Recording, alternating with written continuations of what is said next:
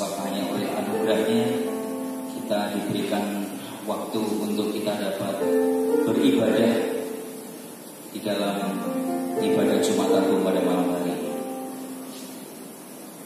Kita bersyukur kepada Tuhan sekalipun suasana dan kondisi negeri kita sedang menghadapi wabah yang berkepanjangan, tetapi malam hari ini oleh karena kasih-Nya kita diberikan kesempatan untuk beribadah kepada Tuhan. Mari jemaat Tuhan, arahkan seluruh hidup saudara kepada Tuhan. Pandanglah wajah Tuhan dengan penuh ucapan syukur. Naikkan pujian dan penyembahan saudara kepada Tuhan. Jemaat yang dikasihi Tuhan, kita percaya bahwa ibadah Jumat Agung pada malam hari ini boleh jadi dengan satu pengakuan bahwa pertolongan kita datangnya dari Allah yang menciptakan langit dan bumi, Allah yang kaya dengan rahmat dan kasih setia, dan yang di dalam kesetiaannya Dia tidak pernah meninggalkan segala perbuatan tangannya. Kiranya anugerah dan kasih karunia-Nya boleh memimpin, menyertai dan memberkati di sepanjang ibadah serta pelayanan kita pada malam hari ini. Amin.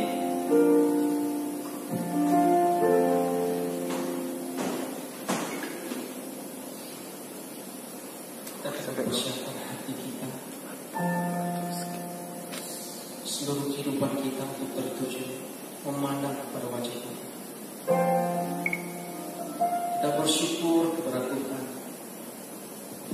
atas segala kesetiaan-Nya, anugerah-Nya dalam setiap kehidupan kita. Kita mengangkat satu pujian di hadapan Tuhan.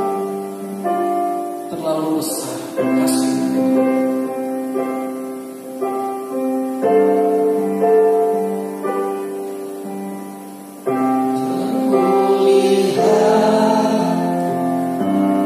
Kasih-Mu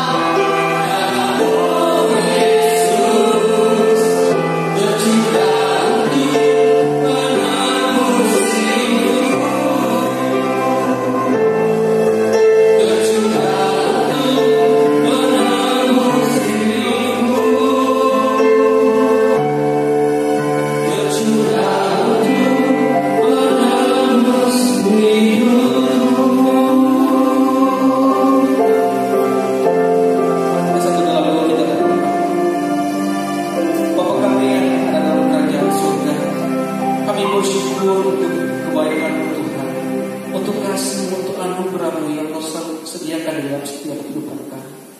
Kami boleh ada sebagaimana ada pada malam hari ini. Ini semua karena anugerah-Mu Tuhan. Tuhan Yesus yang baik, pada saat ini kami akan memulaikan ibadah kami pada malam hari ini. Kiranya Engkau selalu menyertai kepada kami dari awal pertengahan hingga boleh berakhir dengan baik. Terima kasih Bapa di surga. Inilah doa dan syukur kami. Hanya di dalam nama-Mu kami sudah bersyukur. Amin. Shalom Bapak Ibu Saudara yang terkasih. Puji nama Tuhan, kita bersyukur meskipun kita beribadah di rumah kita masing-masing, tetapi Tuhan selalu menyertai dimanapun kita berada. Amin. Karena Dia adalah Allah yang sudah memberikan kemenangan kepada kita. Dia sudah memberikan segala sesuatu kepada kita. Untuk itu, mari kita tetap memuji Tuhan. Kita akan mengangkat pujian lebih dari kemenangan.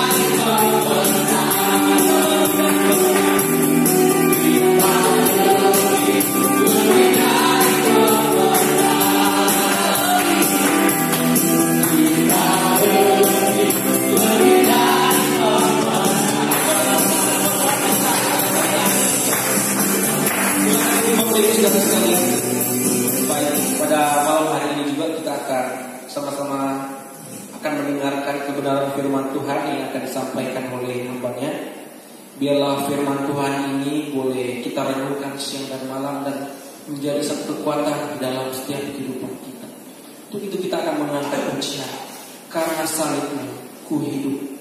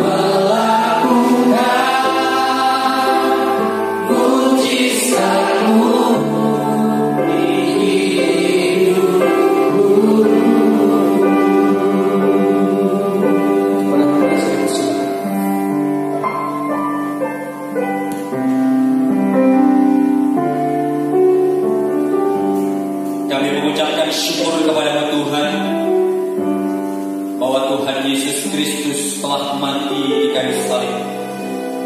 Pengorbanan-Mu yang begitu besar. Saat ini kami bersyukur karena melalui pengorbanan Allah itu kami menjadi orang-orang yang dimerdekakan. Dosa kami telah ditebusnya. Itu semua karena kebaikan. Itu semua karena kemurahan Tuhan. Terima kasih Tuhan Yesus Kristus. Biarlah salib itu terus melekat di dalam hidup kami. Saat ini kami akan mendengarkan firman-Mu. Roh Kudus kiranya Engkau memimpin hamba-Mu, dan kami semua yang mendengarkan firman Tuhan pada malam hari ini. Terpujilah nama-Mu. Hanya di dalam nama Tuhan Yesus Kristus kami siap mendengar firman-Mu.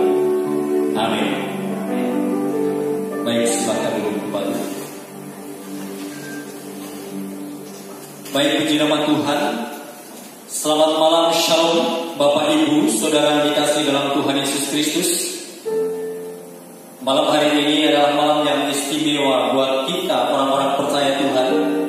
Karena malam hari ini kita mengingat akan kematian Kristus di kayu salib. Hari ini adalah Jumat Agung, di mana semua orang-orang percaya Tuhan Yesus Kristus mengingat akan kasih yang begitu besar. Saudara, mari kita bersama-sama malam hari ini merenungkan firman Tuhan. Kita akan membaca di dalam Injil Lukas 23, Injil Lukas 23 ayat 44 sampai dengan ayatnya yang ke-49. Lukas 23 ayat 44 sampai 49. Demikian firman Tuhan.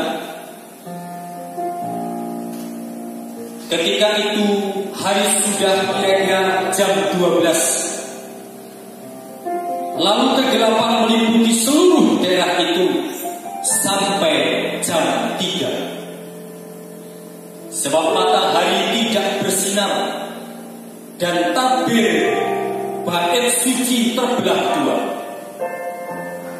Lalu Yesus berseru dengan suara nyaring, "Ya Bapa, ke dalam tangan-Mu kuserahkan nyawaku." Ia menyerahkan nyawanya. Ketika kepala pasukan melihat apa yang terjadi, ia memuliakan Allah, katanya, "Sungguh orang ini adalah orang benar." Dan sesudah seluruh orang banyak yang datang berkerumun di situ untuk tontonan itu, melihat apa yang terjadi itu, pulanglah mereka sambil memukul-mukul diri. Semua orang yang mengenal Yesus dari dekat, termasuk perempuan-perempuan yang mengikuti Dia dari Galilea, berdiri jauh-jauh dan melihat semuanya itu. Saudara yang dikasihi dalam Tuhan Yesus Kristus, pada hari Jumat Yesus disalibkan. Hari itu adalah hari yang sangat mencekam bagi penduduk Yerusalem, karena seorang tokoh muda, seorang tokoh yang berkarisma, seorang tokoh yang pada waktu itu menjadi satu figur, dan tokoh ini adalah tokoh yang sedang digemari oleh rakyat Israel. Saudara, tokoh muda itu adalah anak dari Maria, keturunan dari Daud, yang pada waktu itu mendemonstrasikan kerajaan Allah yang sesungguhnya. Tokoh itu bijaksana, tokoh itu penuh hikmat, tokoh itu penuh kuasa, tokoh itu penuh mukjizat, tokoh itu penuh dengan kesabaran, penuh dengan kasih, penuh dengan kebaikan, penuh dengan kelemah lembutan, penuh dengan kemurahan hati, penuh dengan kerendahan hati. Dia juga jujur, saudara. Saudara dikasih dalam Tuhan Yesus Kristus, tokoh itu adalah Yesus. Yesuslah yang bijaksana. Yesuslah yang menjadi pengajar yang penuh hikmat. Yesuslah yang menjadi guru sejati. Yesuslah yang menjadi pemimpin sejati. Bahkan saya mengatakan, Yesuslah menjadi politikus surgawi sejati. Bukan politikus dunia ini, tetapi Yesus menjadi politikus surgawi sejati yang berjuang agar semua manusia menjadi pengikutnya dan menjadi anggota keluarga kerajaan Allah. Saudara dikasihi Tuhan Yesus Kristus, semasa hidupnya Yesus tidak ada cacat celah. Yesus sempurna, tidak ada salah, tidak ada dosa. Namun saudara, Yesus harus menderita. Yesus dikhianati oleh muridnya yang bernama Yudas Iskariot. Setelah Yesus dijual, Yesus ditangkap, Yesus dibelenggu, Yesus ditampar, Yesus diludahi, Yesus diolok-olok, Yesus dimaki-maki, Yesus difitnah, Yesus dihujat, Yesus didera, dan Yesus diadili. Pada akhirnya Yesus pun dijatuhi hukuman mati oleh Pilatus yang pada waktu itu menjadi wali negeri. Saudara, Yesus disalibkan di Bukit Tengkorak. Yesus disalibkan di Bukit Golgota itu. Sebenarnya tidak ada alasan untuk menghukum Yesus. Nggak ada alasan, karena Yesus dinyatakan tidak bersalah. Nggak ada alasan yang kuat. Beberapa orang mengatakan bahwa Yesus tidak didapati kesalahannya. Imam besar Kayafas saja awalnya tidak mendapati kesalahannya. Mahkamah Agama, Herodes sendiri yang pada waktu itu menjadi raja nggak mendapati kesalahan Yesus. Pilatus yang mengadili Yesus tidak mendapati kesalahan Yesus. Namun saudara dikasih dalam Tuhan, Pilatus memberikan hukuman mati. Karena apa? Karena desakan daripada orang-orang yang menuntut agar Yesus dihukum mati.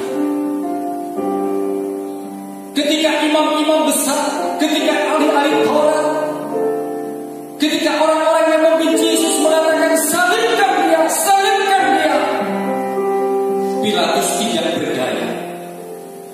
Pilatus lebih memilih suara rakyat, lebih memuaskan keinginan rakyat, dan mengorbankan orang yang benar.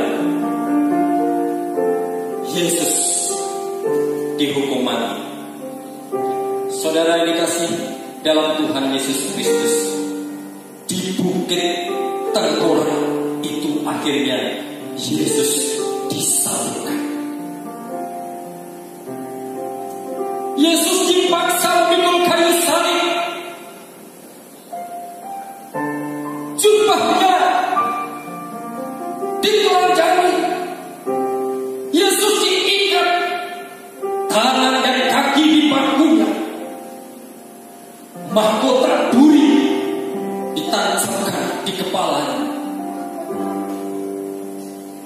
Darah mengalir dari sekujur tubuhnya karena banyaknya luka-luka yang menganga. Tubuhnya hancur karena terlalu banyak dicambuk. Saudara terkasih dalam Tuhan Yesus Kristus, Yesus seperti seorang penjahat kelas kakap yang membahayakan banyak orang, yang membahayakan pemerintahan, yang membahayakan kerajaan. Yesus diperlakukan seperti penjahat, seperti orang yang berdosa. Yesus disalibkan di antara dua penyamun. Wajar kalau dua penyamun itu disalibkan dan menerima hukuman.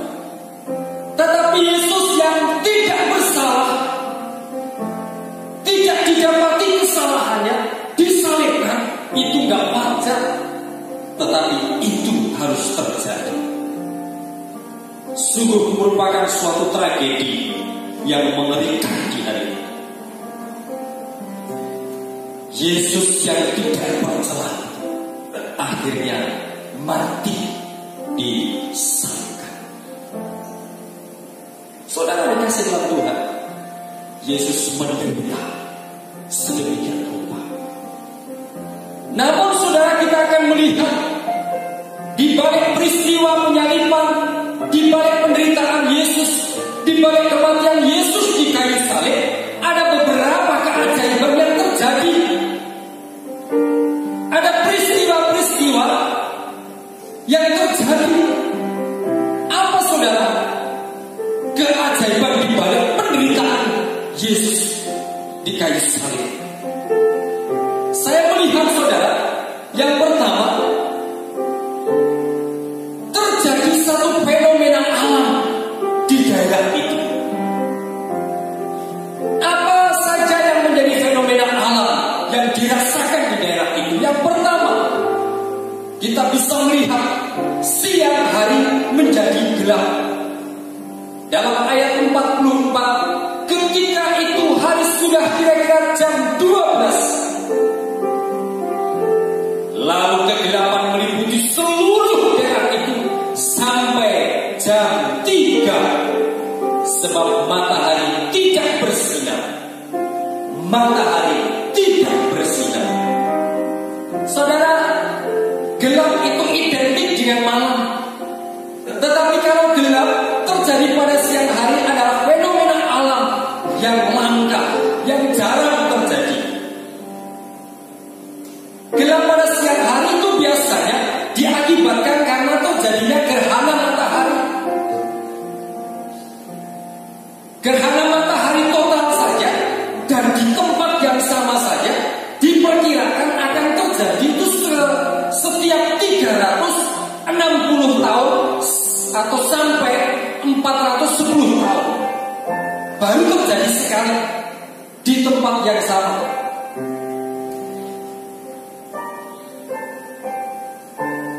Saudara yang dikasih dalam Tuhan, ini fenomena alam di balik peristiwa Yesus disalib. Peristiwa siang menjadi gelap pada saat Yesus disalibkan berlangsung selama 3 jam. 3 jam. Yaitu dari jam 12 sampai jam 15. Itu adalah fenomena alam yang mustahil sebenarnya terjadi. Namun kenyataannya terjadi. Kenyataannya terjadi. Waktu kecil saya juga pernah merasakan ini. Ada gerhana matahari total. Pada waktu terjadi gerhana matahari total, itu hanya beberapa saat saja, hanya beberapa detik, gak sampai 5 menit. Setelah itu terang kembali. Tetapi peristiwa ini, peristiwa pada waktu Yesus disalib ini 3 jam, dari jam 12 sampai jam 15. Ini fenomena alam yang luar biasa. Lalu apa saudara makna dari peristiwa siang menjadi gelap pada saat Yesus disalibkan? Saudara, siang menjadi gelap selama 3 jam bukan karena mau turun hujan, tetapi Tuhan menyembunyikan matahari. Kegelapan itu sebagai peringatan akan semua orang yang hidup dalam kegelapan, yang mata hatinya ini dibutakan oleh kedagingan. Sebagai pengingat peringatan kepada mereka. Kegelapan juga sering dikaitkan dengan apa? Kuasa setan atau kuasa iblis. Ingat bahwa iblis itu licik, iblis itu pembohong, iblis itu pendusta, suka bersaksi palsu, iblis itu pemarah, iblis itu pencuri, pembunuh, penjilat, pandai yang namanya bersilat lidah. Iblis itu pemberontak, dan iblis juga menjerumuskan manusia ke dalam dosa. Rupanya iblis telah berhasil menghasut Judas Iskariot, berhasil menghasut para pemimpin agama, ahli-ahli Taurat, imam-imam besar, menghasut Herodes, menghasut Pontius Pilatus, dan pembenci-pembenci Yesus dihasut. Mereka telah hidup dalam kegelapan. Mereka sangat bernafsu sekali untuk membunuh Yesus. Ini hasutan daripada si iblis. Padahal Yesus bukan pemberontak, Yesus bukan pencuri loh, Yesus bukan perampok, Yesus bukan pembunuh, Yesus bukan penjilat, Yesus bukan penipu, Yesus bukan penjudi, Yesus bukan koruptor, Yesus bukan pengajar sesat. Namun Yesus tetap disalibkan.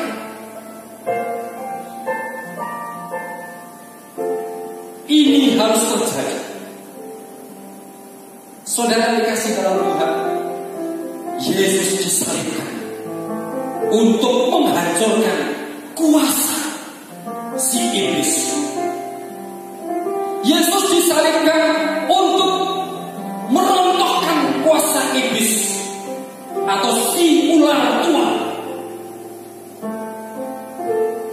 Sekalipun saudara, si ular tua itu kuasanya sudah dirontokkan, tapi hati-hati, ekornya itu saudara masih bisa menyeret seperti bintang di langit. Artinya ada banyak orang-orang percaya itu, saudara, juga masih bisa diseret, dihasut, diajak. Masih sangat berbahaya iblis ini. Ingat bahwa sudah banyak orang yang terjerumus akan bujuk rayu si iblis ini. Mereka ada yang hidup dalam dosa asusila, dibujuk hidup dalam perzinahan, dibujuk hidup dalam percabulan, dibujuk rayu dalam perjudian, dibujuk rayu dalam pertengkaran, dibujuk rayu melakukan ritual keagamaan yang hanya sifatnya di luar saja. Covernya kelihatannya saleh, cover keagamaannya kelihatannya kudus, kelihatannya menjadi orang suci kalau dipandang orang lain, tetapi hatinya busuk. Ini ritual keagamaan. Iblis saudara pintar, licik. Untuk itu saudara yang dikasih dalam Tuhan Yesus Kristus, karena iblis itu masih sangat berbahaya, dan iblis itu masih mengintai orang-orang percaya Tuhan. Ingat, kita sebagai orang percaya Tuhan harus selalu berdoa dan berjaga Supaya apa? Tidak terjerumus, tidak terjerat, tidak terjebak, dan tidak hidup di dalam kegelapan. Kita juga akan melihat fenomena alam yang lain, yaitu yang kedua, fenomena alamnya. Tirai bait Allah terbelah menjadi dua. Sebab matahari tidak bersinar dan tabir bait suci terbelah dua. Saudara, bait suci di Yerusalem itu merupakan pusat dari ritual agama Yahudi, agama Judaisme. Bait suci ini adalah tempat dilakukannya pengorbanan hewan dan ibadah sesuai dengan hukum Musa yang pada waktu itu benar-benar harus ditaati oleh orang Israel. Orang Israel harus taat betul dengan setia. Di dalam bait suci itu, saudara, terbagi menjadi 3 bagian. Ada ruang maha kudus, ruang kudus, dan halaman atau pelataran. Dan antara ruang maha kudus dan ruang kudus ini ada tirai. Ada tirai. Ini untuk membatasi ruang maha kudus dan ruang kudus. Untuk ruang maha kudus, saudara, tidak sembarang orang bisa masuk. Umat Israel nggak bisa masuk. Imam-imam nggak bisa masuk. Hanya imam besar saja yang bisa masuk di ruang maha kudus pada waktu itu. Itu saja, hanya 1 tahun sekali. Imam besar pada waktu itu mewakili umat Israel untuk mengadakan apa? Pendamaian dengan Allah karena dosa-dosa umat Israel. Mewakili semua. Jadi imam besar itu mewakili. Dalam Imamat 16, saudara yang dikasih dalam Tuhan, tirai yang memisahkan antara ruang maha kudus dan ruang kudus itu terbuat dari kain ungu tua, kain ungu muda, kain girmisi, dan lenan halus yang dipintal. Saudara, tirai itu ditenun dari 72 jalinan yang dipilih, dan setiap pilihan terdiri dari 74 benang. 72 jalinan yang dipilih, dan setiap pilihan terdiri 74 benang. Panjangnya 60 kaki dan lebarnya 30 kaki. Atau saudara, panjangnya 20 meter kira-kira, dan lebarnya 10 meter. Sedangkan saudara, tebal daripada tirai itu, menurut saudara sejarawan Yosefus dan juga para rabi-rabi pada zaman itu tebalnya sekitar 10 cm. Bayangkan 10 cm, saudara. Itu tirai. Tirai itu, saudara, kalau ditarik dengan 4 kuda dari sisi kanan dan sisi kiri, ditarik, saudara, itu nggak akan sobek karena tirai itu terlalu kuat, tebal.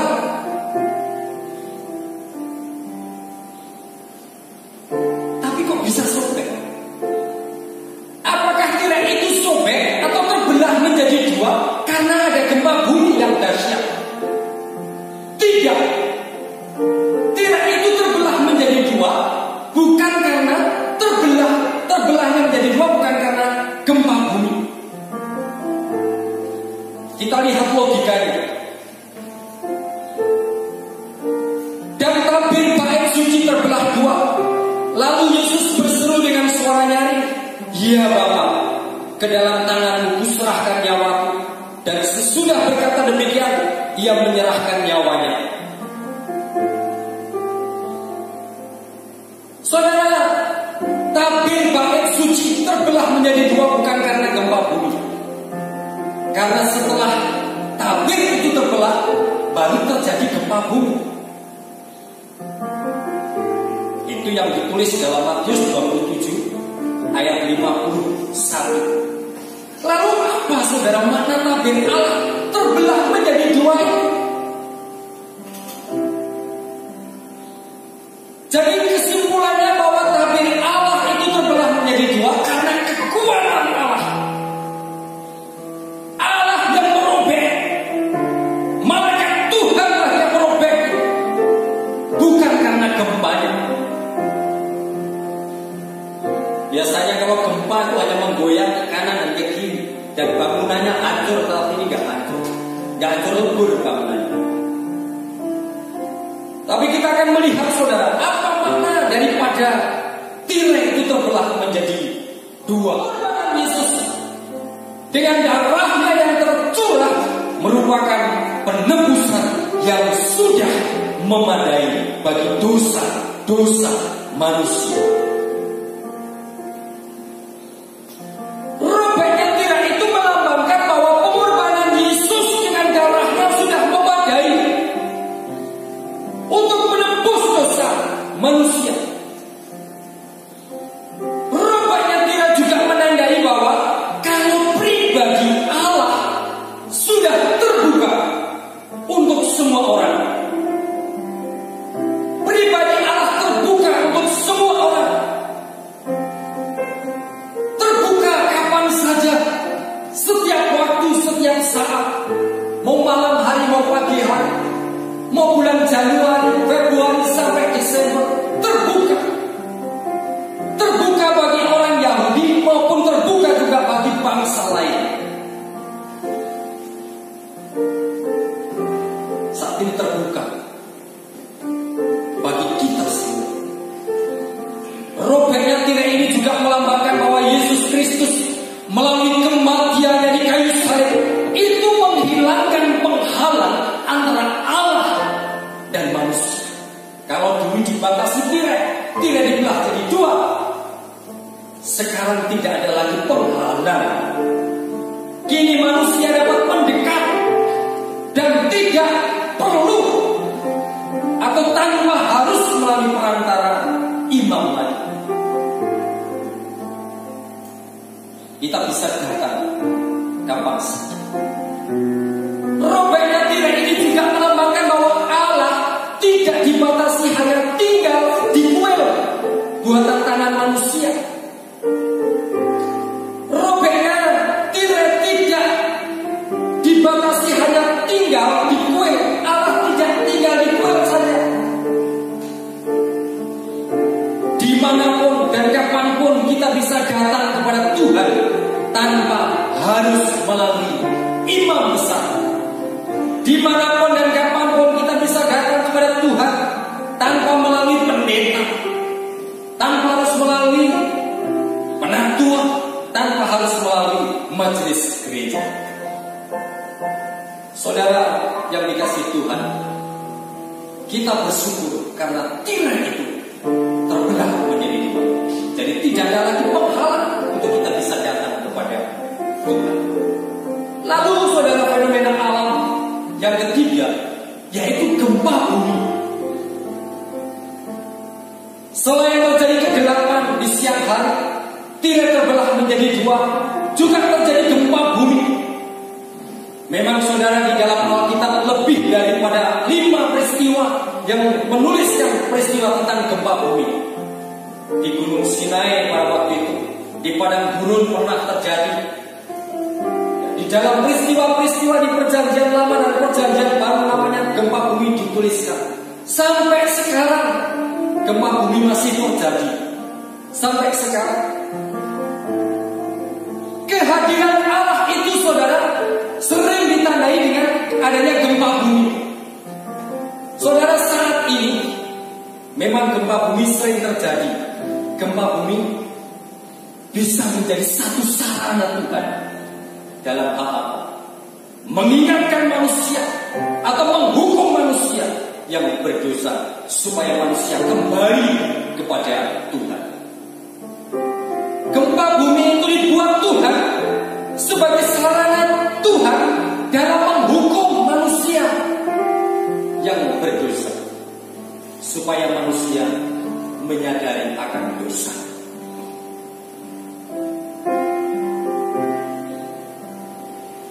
Pada waktu Yesus disalib, terjadilah gempa bumi dahsyat. Gempa bumi ini menunjukkan akan kuasa Yesus yang besar, supaya bangsa Israel tercelik mata hatinya, dan supaya mereka menyadari akan keberdosaannya sehingga bertobat. Kalau saat ini terjadi wabah virus corona, saudara, ini fenomena alam untuk dunia. Saya percaya bahwa ada maksud Tuhan. Barangkali Tuhan sedang menghukum, mengingatkan supaya manusia kembali kepada jalan Tuhan. Tapi di sisi yang lain kita patut bersyukur juga. Kenapa? Karena dengan adanya ini, saudara, sekarang anak-anak Tuhan mulai, saudara, memang mendekatkan diri kepada Tuhan. Lihat dulu keluarga-keluarga mereka yang tidak beribadah bersama dengan keluarga. Mereka cuek dengan hidupnya. Suami, istri, anak cuek dengan hidupnya masing-masing. Tetapi dengan adanya virus ini, saudara, keluarga-keluarga mereka bersatu dalam doa, termasuk yang ada di gereja Isa Al-Masih ini. Setiap setengah 8 malam, jemaat-jemaat berdoa bersama dengan keluarga, suami, istri, anak-anak. Barangkali dulu tidak dilakukan, tetapi sekarang dilakukan. Satu sisi, saudara, kita patut bersyukur, tetapi kita juga harus berdoa supaya berjalan. Kenapa? Supaya kita bisa berkumpul bersama-sama dengan jemaat di gereja ini untuk bersekutu. Saudara dikasih dalam Tuhan. Yang kedua, untuk keajaiban di balik salib Yesus. Di balik salib Yesus ada keajaiban. Yang kedua, yaitu terjadi pertobatan. Terjadi pertobatan. Saya melihat, saudara, penjahat yang disalibkan Yesus itu bertobat. Walaupun tidak mengatakan, Tuhan, aku bertobat. Tetapi kita melihat bahwa penjahat itu memiliki iman. Barangkali penjahat pada waktu itu, saudara, semasa hidupnya pernah mendengar nama Yesus atau pernah mengikuti Yesus, tetapi perilakunya tetap menjadi penjahat. Penjahat ini menyadari ketika mereka berdebat dengan yang disalibkan, penyamun yang satu itu, dia mengatakan, jangan begitu, Mas. Kalau kita itu memang layak kalau kita menerima hukuman disalibkan itu layak karena kita memang berdosa. Tetapi kalau orang ini, kalau Yesus ini adalah orang yang benar, Yesus tidak salah. Bahkan dia juga mengimani bahwa Yesus itu adalah Raja.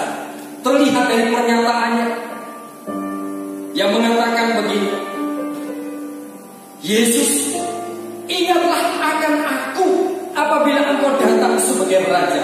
Ini pernyataan iman yang percaya bahwa Yesus itu adalah Raja.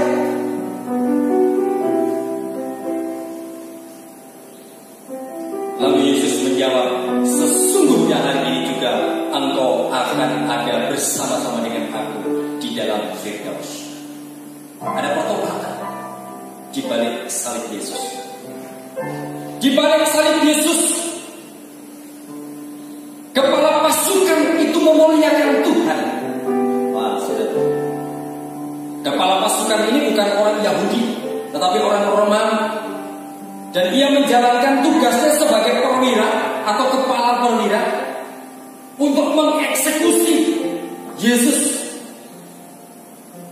Kepala pasukan ini tidak melihat sedikit pun kesalahan daripada Yesus.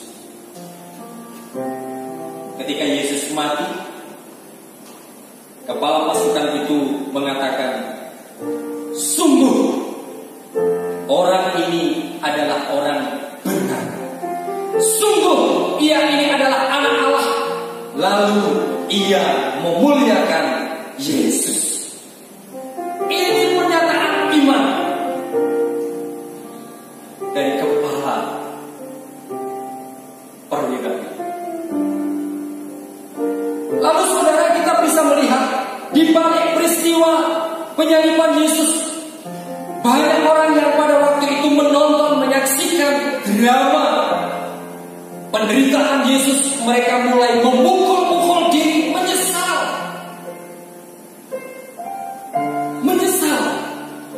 Mereka memukul-mukul diri. Mata hatinya baru tercelik setelah melihat peristiwa atau kejadian-kejadian yang luar biasa.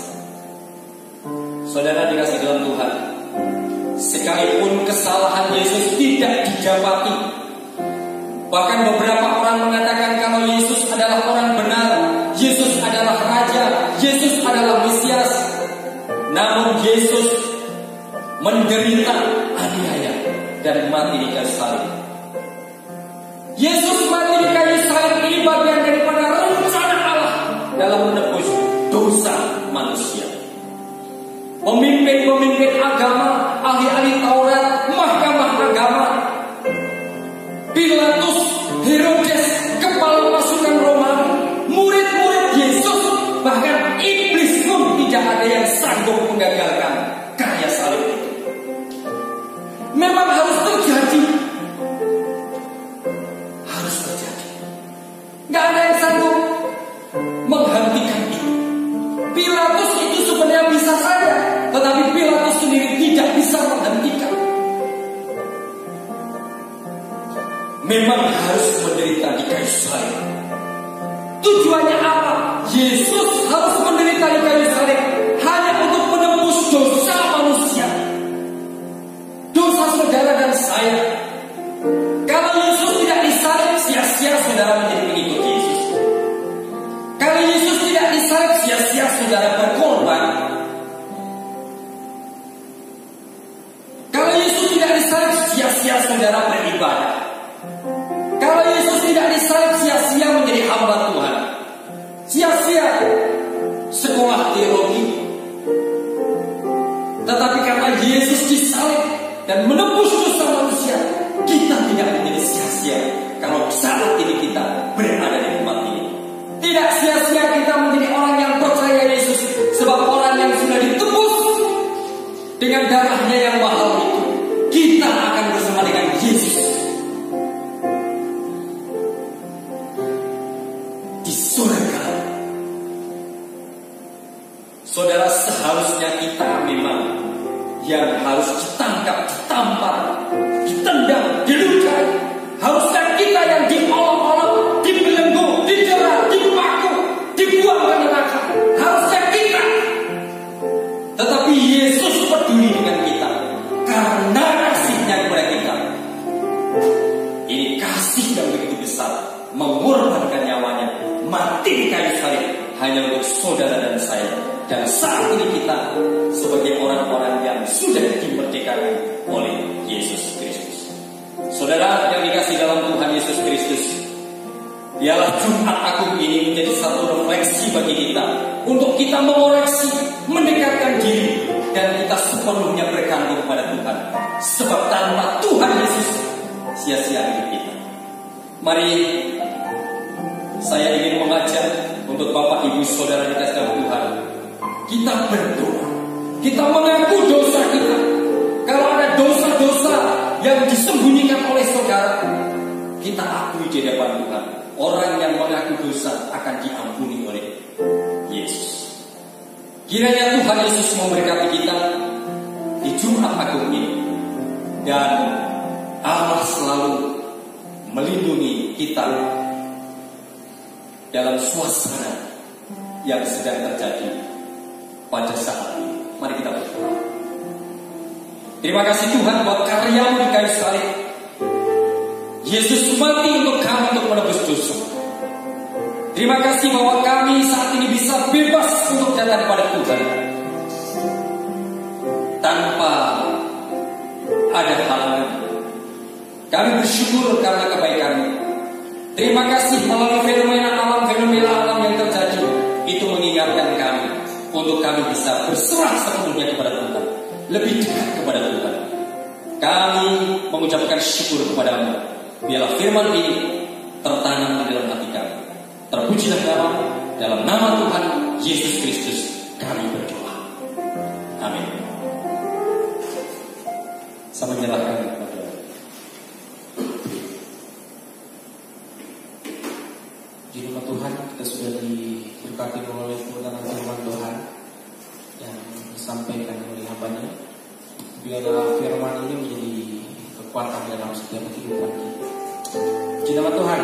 Untuk sebelum kita memberikan persembahan, saya akan mengucapkan satu perihal untuk mengenai persembahan ini, yaitu khusus untuk ibadah Jumat Agung dan Paskah.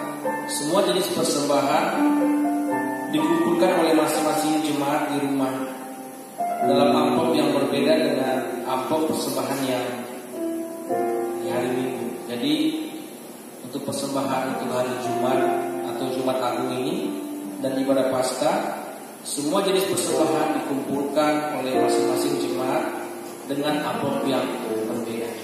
Baik, kita akan memberikan persembahan di hadapan Tuhan. Kita akan mengangkat pujian kuberi yang terbaik.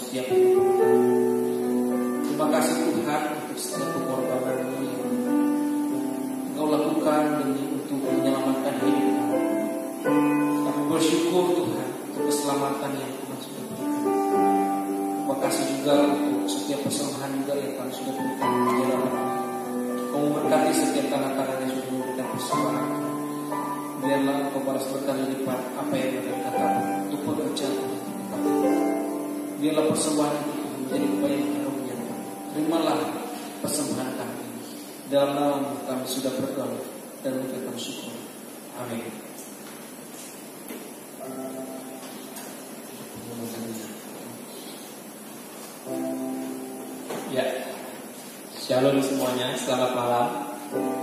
Puji Tuhan, walaupun dalam kondisi seperti ini, kita masih dapat melakukan ibadah Jumat Agung pada malam hari ini. mengikuti ibadah melalui online. Dan dalam situasi yang tidak menentu ini, ada baiknya kita juga saling mendoakan bersama jemaat. Kita bisa saling mendoakan untuk jemaat-jemaat kita yang mungkin sedang lemah fisik, yang mungkin jemaat-jemaat lansia, kita juga bisa mendoakan dari rumah masing-masing. Dan untuk berhubung wabah ini belum berakhir, maka saya akan memberikan pengumuman ibadah online akan diperpanjang hingga tanggal 26 bulan 4 tahun 2020, dan kemudian akan kami evaluasi kembali dan akan kami adakan pengumuman lanjutan. Jadi untuk sementara waktu jemaat masih beribadah di rumah masing-masing melalui video. Dan untuk persembahan seperti yang sudah diberitakan, persembahan tetap dilakukan di rumah masing-masing. Khusus untuk persembahan Jumat Agung ini dan Paskah, diharapkan jemaat membedakan amplop persembahannya dari persembahan untuk misi ataupun operasional gereja. Jadi persembahan Jumat Agung dan Paskah amplopnya berbeda dari persembahan misi dan persembahan operasional gereja. Persembahan ini akan kita kumpulkan jika nanti kita sudah dapat bersekutu kembali bersama di dalam gereja ini dan kita bisa beribadah seperti sedia kala.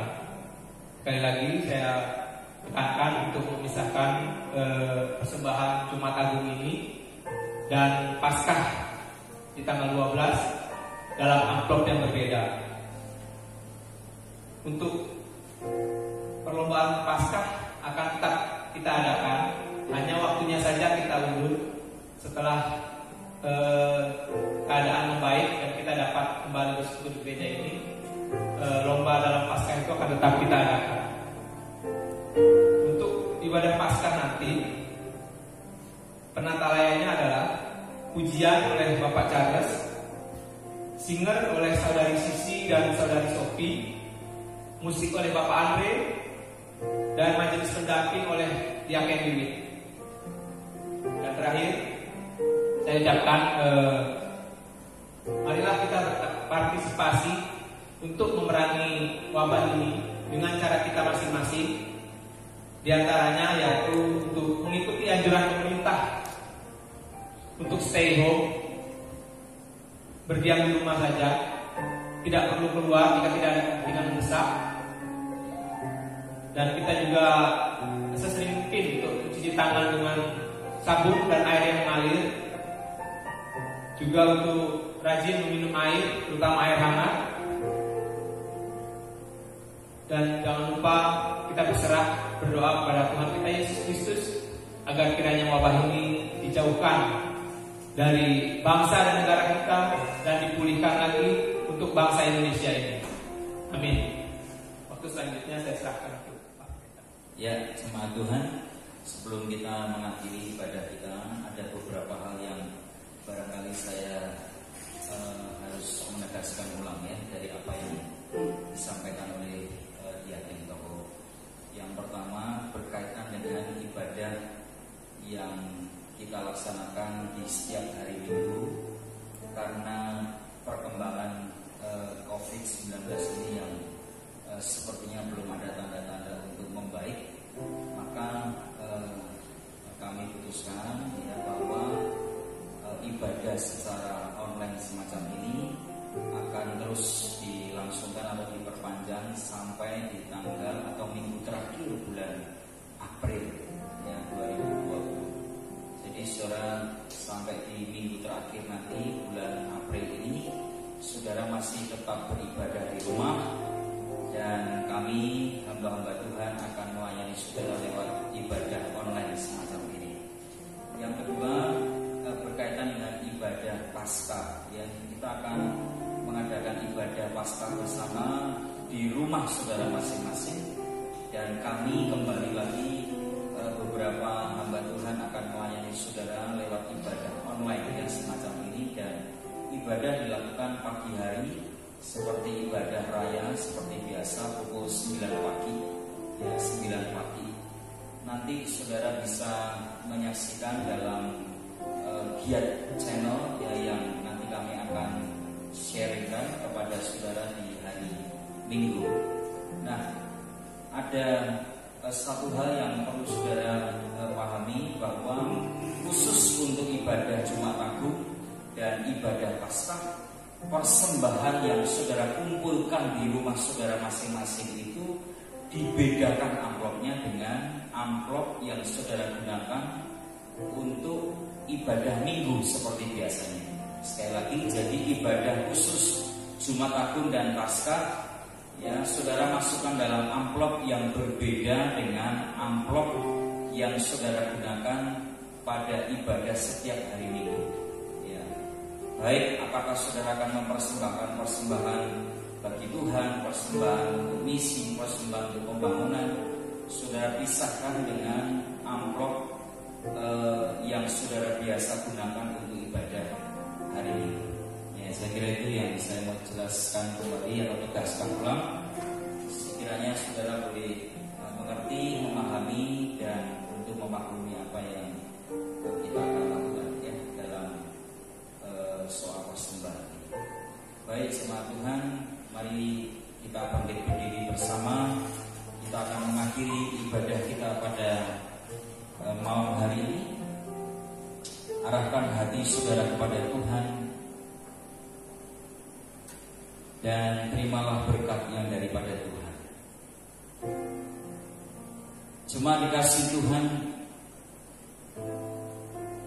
kiranya damai sejahtera dari Allah Bapa, kasih karunia daripada Tuhan Yesus Kristus, dan persekutuan dengan Roh Kudus boleh memimpin, menyertai, dan memberkati saudara mulai saat malam hari ini sampai Maranatha, Kristus datang kali yang kedua.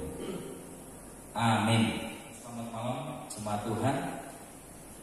Terima kasih saudara telah beribadah bersama dengan jemaat-jemaat Tuhan yang lain ya secara online. Kiranya Tuhan boleh memberkati saudara dan Tuhan boleh melimpahkan damai sejahteranya buat kita bersama. Amin. Shalom.